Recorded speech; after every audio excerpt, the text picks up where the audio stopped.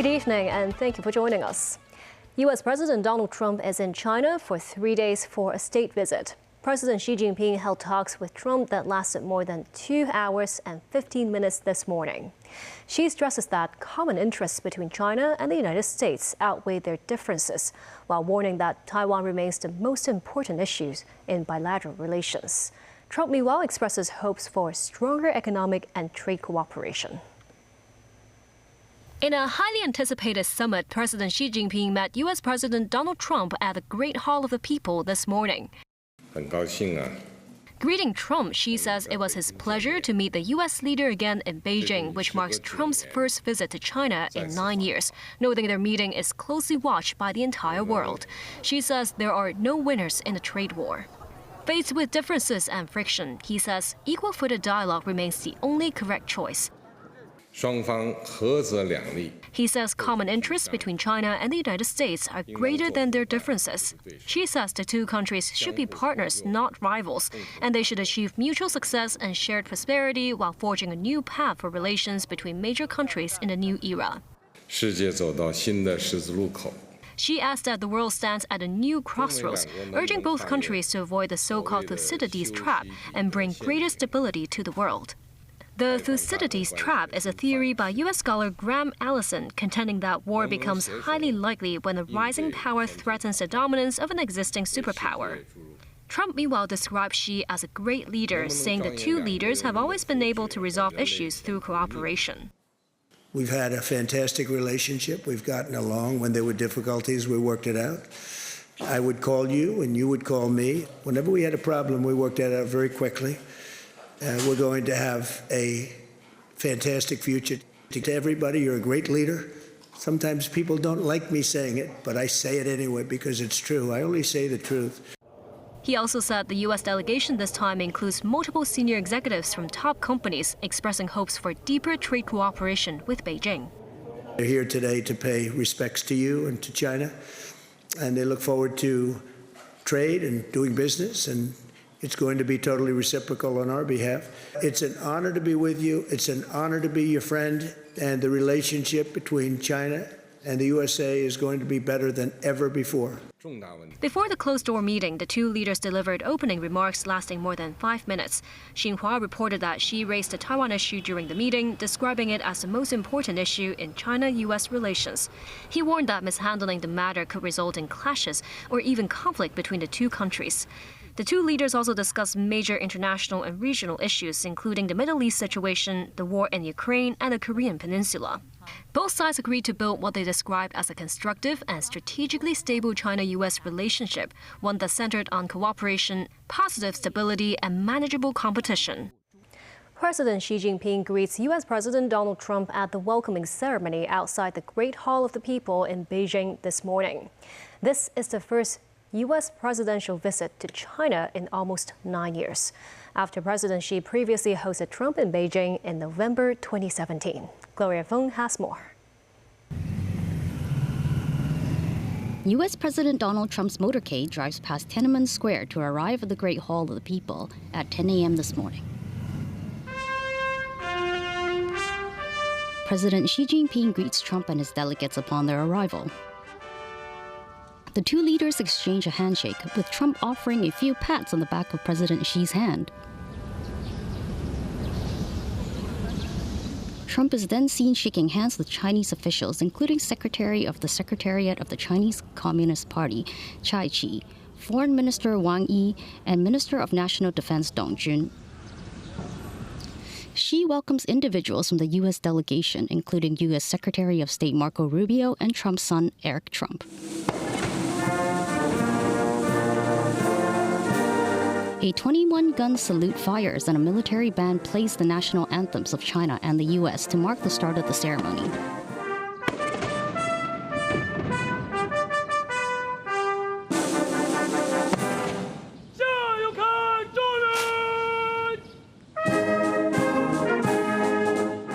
Xi then accompanies Trump as the two leaders review the Guard of Honor of the People's Liberation Army. More than 100 children are at the ceremony, holding bouquets as they wave to welcome the leaders. Xi and Trump chat briefly as they enter the Great Hall of the People after the ceremony. Also at the ceremony are executives from U.S. corporations who traveled to Beijing as part of the delegate. Reuters report Trump says the business leaders he brought along, some 17 CEOs including NVIDIA's Jensen Huang, Tesla's Elon Musk, Apple's Tim Cook, and Boeing's Kelly Ortberg, all respect and value China, and Trump encourages them to expand cooperation with China. Gloria Feng, TVB News.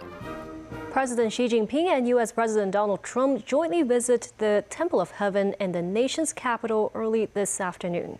President Xi says the Communist Party of China inherited the people-oriented tradition long adhered to by Chinese civilization and is dedicated to serving the nation's citizens. The U.S. president, meanwhile, notes both countries should deepen mutual understanding and foster friendlier people-to-people relations. Timothy Lee reports. At the Temple of Heaven in Beijing, President Xi Jinping awaits the arrival of U.S. President Donald Trump as the pair were set to visit the world-famous landmark. The two leaders proceed to walk towards the Hall of Prayer for Good Harvest for a photo. Great place. Incredible. China's beautiful.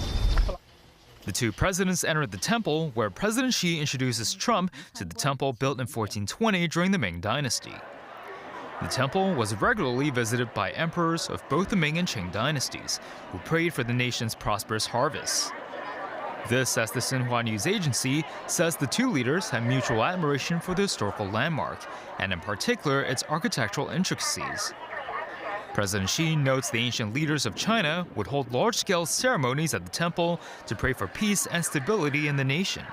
He adds the Communist Party of China upholds the traditions of Chinese civilization and its people-oriented ideology, stressing the government is dedicated to serving the people. The U.S. president says both the U.S. and China are great countries, with equally great people full of wisdom. He emphasizes both nations should deepen mutual understanding and foster friendlier people-to-people ties. Outside the temple's northern gate, crowds of residents prepared telescopes in hopes of catching a glimpse of the two world leaders. A man says he hopes the joint visit can bring about peace and stability between the two nations, ideals that former leaders of China prayed for at the temple. While this man says the temple symbolizes Chinese cultural heritage, which is championed by President Xi. He believes the peoples of China and the West can view each other as equals, without viewing one culture as superior to the other. Trump first visited China as U.S. president 9 years ago, when President Xi brought him on a visit to the Forbidden City. There, the pair enjoyed tea at the palace's only Western-style pavilion. Timothy Lee, TVB News. President Xi Jinping hosts a state banquet dinner to welcome Donald Trump and his delegation this evening. At the banquet, Trump invites President Xi and First Lady Peng Liyuan to embark on a state visit to the United States on September 24th. Xi and Trump entered the Golden Hall of the Great Hall of People at around 6 for the state dinner. In the opening speech, Xi says this year marks the opening year of China's 15th five-year plan, noting that the great rejuvenation of the Chinese nation and Trump's vision to make America great again are not contradictory, as progress can be made together with mutual success while benefiting the world. Senior executives in the U.S. delegation reached the banquet hall as well. In attendance, too, are Chinese corporate executives, including Lei Jun, CEO of consumer electronics company Xiaomi. Chinese officials at the banquet include Minister of Commerce Wang Wentao. The American and Chinese people share much in common. We value hard work. We value courage and achievement. We love our families and we love our countries. Together we have the chance to draw on these values to create a future of greater prosperity, cooperation, and happiness, and peace for our children. We love our children. This region and the world, it's a special world with the two of us united and together.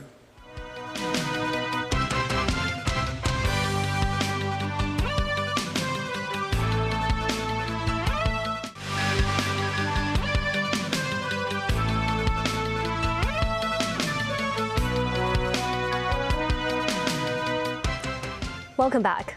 Israeli Prime Minister Benjamin Netanyahu visited the United Arab Emirates and met the Emirati president during the war with Iran. A statement from the Prime Minister's office says Wednesday, in what would be their first confirmed meeting. However, the UAE's official news agency WMA denies the meeting had occurred. Meanwhile, Israeli drones struck 3 vehicles on the main highway south of Beirut Wednesday, killing 8 people. Danny Zhou has more. The Israeli drones hit the vehicles, killing 8 people, including a woman and 2 children, just a day before Lebanon and Israel are set to hold talks in Washington. Israeli drones struck multiple vehicles across areas of Lebanon, including south of Beirut, killing at least 8 people, including a woman and her 2 children. The latest wave of airstrikes come a day before Lebanon and Israel are scheduled to hold another round of direct talks in Washington. This as nearly 59 children have been killed or injured in Lebanon over the past week, according to UNICEF. The Israeli military said that it has been striking Hezbollah infrastructure in several areas in southern Lebanon, hours after warning residents of 6 southern villages to leave. Hezbollah continued to claim attacks on Israeli troops in Lebanon and in northern Israel. The United Nations says they are increasingly concerned the fighting between Hezbollah and Israeli soldiers is putting peacemakers at risk in and around UN bases. Our peacekeepers from the UN Interim Force in Lebanon say they are increasingly concerned about the activities of Hezbollah members and Israeli soldiers near UN positions, including the increased use of drones, which has resulted in explosions in and around their bases, and that puts peacekeepers at risk. On Monday, 3 presumed Hezbollah drones detonated in an area where Israel Defense Forces soldiers could have been present, within meters of UNIFIL's Naqoura headquarters. Another drone detonated in the same area on Tuesday. A few minutes later, a presumed Hezbollah drone detonated inside UNIFIL's Naqoura headquarters. No one was injured, but some buildings were damaged.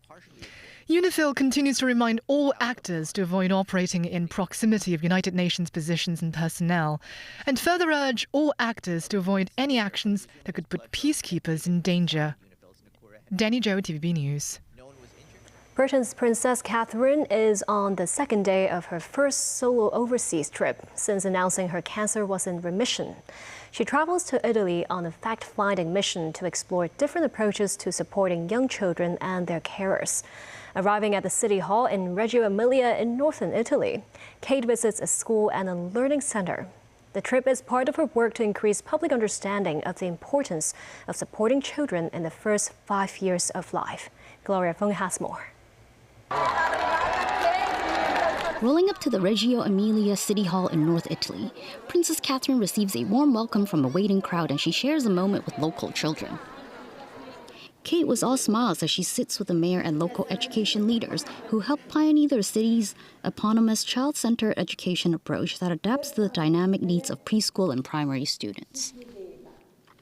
Education is the signature cause of the mother of 3, who founded the Foundation Center for Early Childhood in 2021. It's extraordinary, and that is why I wanted to come and visit Reggio Emilia, because the history is so rich, and I've always been fascinated by the philosophy.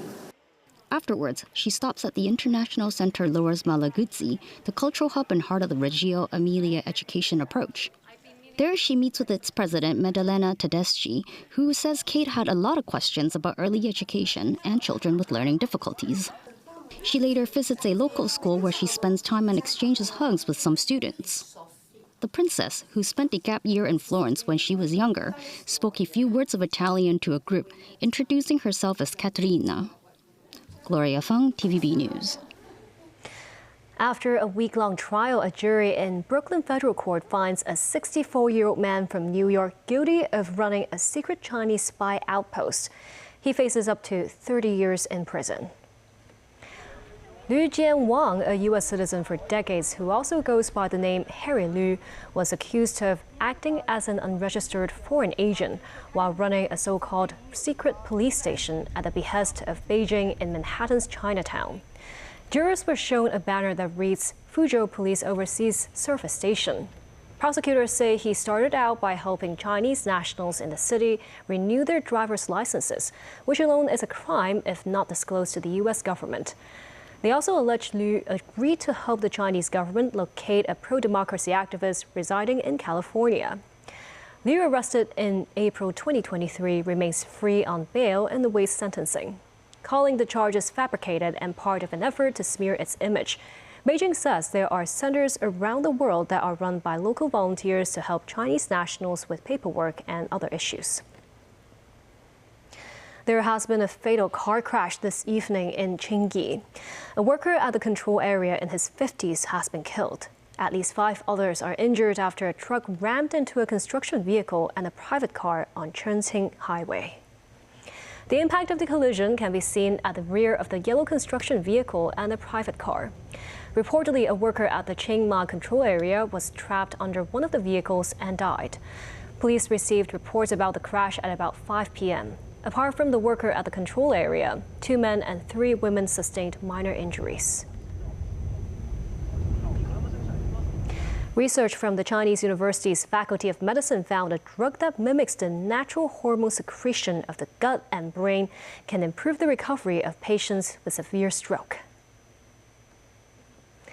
GLP-1RA, a drug often used to treat diabetes and obesity, has been found by the CUHK team to also produce extensive molecular changes in organs such as the brain and heart, protecting brain health and delaying aging. The team conducted a clinical trial on 140 stroke patients with severe large vessel blockage. The proportion of patients receiving the new therapy who showed good recovery in neurological function was about 20% higher than the standard treatment group.